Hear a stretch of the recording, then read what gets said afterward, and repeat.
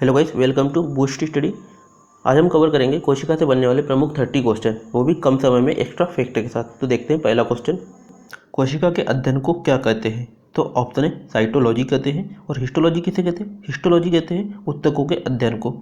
और डर्मेटोलॉजी ये त्वचा के अध्ययन को कहते हैं। और फाइकोलॉजी शैवाल के अध्ययन को कहते हैं। देखते हैं अगला क्वेश्चन, मानव में सबसे छोटी कोशिका कौन सी है? तो ऑप्शन सी राइट आंसर होगा पुरुष का स्पर्म, क्योंकि मानव की मतलब मनुष्य की बात की जा रही है। और जंतु की बात की जाए तो माइकोप्लाज्मा राइट आंसर होगा। मतलब माइकोप्लाज्मा जो जंतु की सबसे छोटी कोशिका होती है। और न्यूरॉन जो है सबसे लंबी कोशिका होती है। महिला का अंडाणु जो है मानव में सबसे बड़ा कोशिका होती है। देखते हैं अगला क्वेश्चन, किस अंग की कोशिकाओं में पुनरुत्पादन क्षमता सर्वाधिक होती है?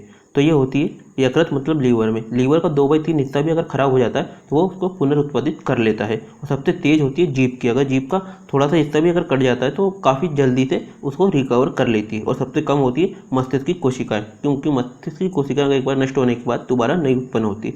तो हमारा आंसर होगा ऑप्शन बी राइट आंसर होगा, यकृत मतलब लीवर।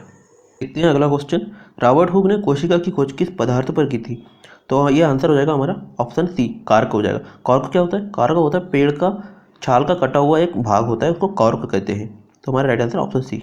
देखते हैं अगला क्वेश्चन, आधुनिक कोशिका विज्ञान के जनक किसे कहा जाता है? यहाँ पूछा है आधुनिक कोशिका विज्ञान के जनक, तो इसका आंसर हो जाएगा ऑप्शन बी, वैज्ञानिक श्वानसन ने को कहा जाता है। और रॉबर्ट हुक को कहा जाता है कोशिका विज्ञान के जनक कहा जाता है। और शील्डन एंड शॉन जो है इन्होंने कोशिका थ्योरी दी थी। देखते हैं अगला क्वेश्चन, सबसे छोटा कोशिकांग कौन सा होता है? तो ऑप्शन है राइट आंसर होगा राइबोसोम होता है सबसे छोटा कोशिकांग। इसके अलावा इसको प्रोटीन की फैक्ट्री भी कहते हैं। और राइबोसोम की खोज जी पैलेट ने की थी, इसी कारण इसको जो है पैलेट पार्टिकल भी कहते हैं। तो ऑप्शन है राइट आंसर होगा।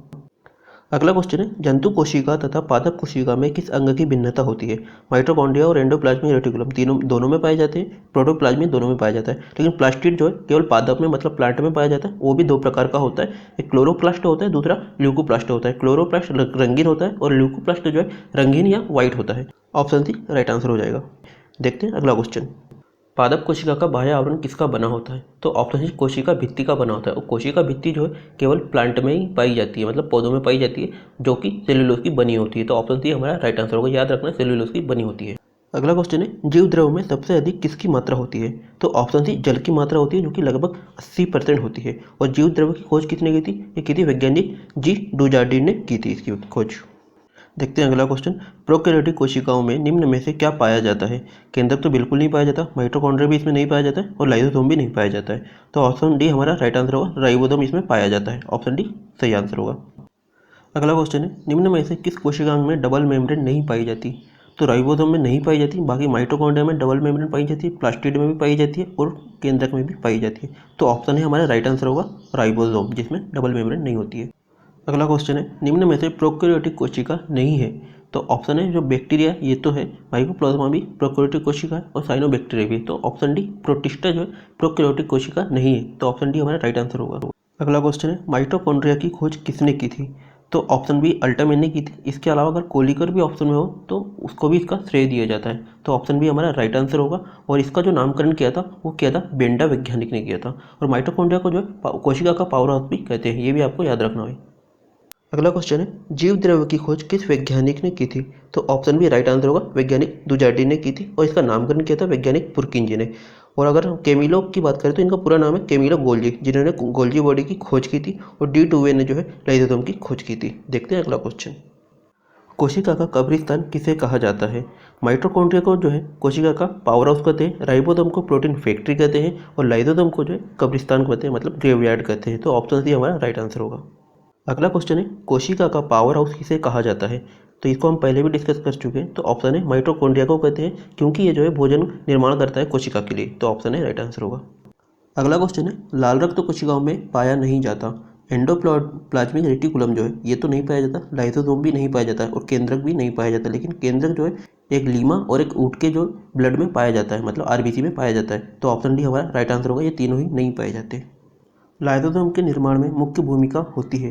तो ऑप्शन है गोल्जी बॉडी और बी एंडोप्लाज्मिक रेटिकुलम दोनों की ही। तो ऑप्शन डी हमारा राइट आंसर होगा, ए और बी दोनों। देखते हैं अगला क्वेश्चन, पादप कोशिका का सबसे बड़ा कोशिकांग क्या कहलाता है? तो ऑप्शन सी राजधानी या वेक्यूल कहलाता है। ये जो एक निर्जीव रचना होती है जिसमें कि टोटल मिला के जल भरा होता है, और जंतुओं में भी ये पाया जाता है लेकिन बहुत छोटा होता है ये। तो ऑप्शन सी हमारा राइट आंसर होगा। डीएनए केंद्रक के अलावा किस कोशिकांग में पाया जाता है? तो ये पादप में, क्लोरोप्लास्ट में और तथा है दोनों में ही माइटोकॉन्ड्रिया में भी पाया जाता है। तो हमारा आंसर हो जाएगा ऑप्शन डी, ए और बी दोनों। अगला क्वेश्चन है, सेंट्रोसोम की खोज किस वैज्ञानिक ने की थी? ऑप्शन सी बेडन वैज्ञानिक ने की थी और इसका नामकरण किया था बोवेरी वैज्ञानिक ने। तो ऑप्शन सी हमारा राइट आंसर होगा। अगला क्वेश्चन, जंतु कोशिका का सबसे बड़ा कोशिकांग होता है, तो ये क्या होता है? केंद्रक होता है। ऑप्शन सी हमारा राइट आंसर होगा। कोशिका का मस्तिष्क किसे कहा जाता है? ये तो हमने काफ़ी इजी क्वेश्चन है, केंद्रक को ही कहा जाता है कोशिका का मस्तिष्क। ऑप्शन डी राइट आंसर होगा। अगला क्वेश्चन है, किस कोशिकांग को शुगर की फैक्ट्री कहा जाता है? तो ऑप्शन है माइटोकॉन्ड्रिया को कहा जाता है, क्योंकि इसमें जो क्रेब्स साइकिल होती है, और क्रेब्स साइकिल में क्या होता है, एक ग्लूकोज जो है 2 पायरुविक अम्ल में टूटता है और वो जो पायरुविक अम्ल है ऑक्सीकृत होकर जल तथा कार्बन डाइऑक्साइड के साथ 36 ATP ऊर्जा मुक्त करते हैं। तो इसी कारण इसको जो है शुगर की फैक्ट्री कहा जाता है। तो ऑप्शन ए हमारा राइट आंसर होगा। अगला क्वेश्चन है, प्रोटीन निर्माण में मुख्य भूमिका निभाता है? तो ऑप्शन बी हमारा राइट आंसर हो जाएगा राइबोसोम, और राइबोसोम जो है सबसे छोटा कोशिकांग भी है। ऑप्शन बी हमारा राइट आंसर होगा। अगला क्वेश्चन है, जीव द्रव्य किसका सम्मिलित रूप है? तो ऑप्शन ए राइट आंसर होगा कोशिका द्रव्य प्लस केंद्रिका द्रव्य। इंग्लिश में बोले तो cytoplasm plus nucleoplasm. Option A right answer होगा। अगला क्वेश्चन है, विभाजन रहित कोशिका कौन सी है? तो ऑप्शन डी न्यूरॉन है। एक बार नष्ट हो जाने पर इनका दोबारा विभाजन नहीं होता है, मतलब कोशिका विभाजन इनमें नहीं होता है। तो ऑप्शन डी हमारा राइट आंसर होगा। अगला क्वेश्चन देखते हैं, कोशिका का ट्रैफिक पुलिस किस कोशिकांग को कहा जाता है? तो ऑप्शन सी गोल्जी बॉडी को कहा जाता है, क्योंकि गोल्जी बॉडी का एक कार्य होता है कि वो जो आवश्यक प्रोटीन तथा अन्य कणों को जो है जरूरत के हिसाब से उनका परिवहन करता है। तो ऑप्शन सी हमारा राइट आंसर होगा। तो वैसे कोशिका से बनने वाले 30 क्वेश्चन हमने यहाँ पे कंप्लीट किए हैं, वो भी एक्स्ट्रा फैक्ट के साथ। अगर आपको ये वीडियो पसंद आ रहा है तो वीडियो को लाइक करें, चैनल पर नए तो सब्सक्राइब करें और वीडियो को अधिक से अधिक शेयर करें ताकि अन्य लोग भी इससे जुड़ सकें।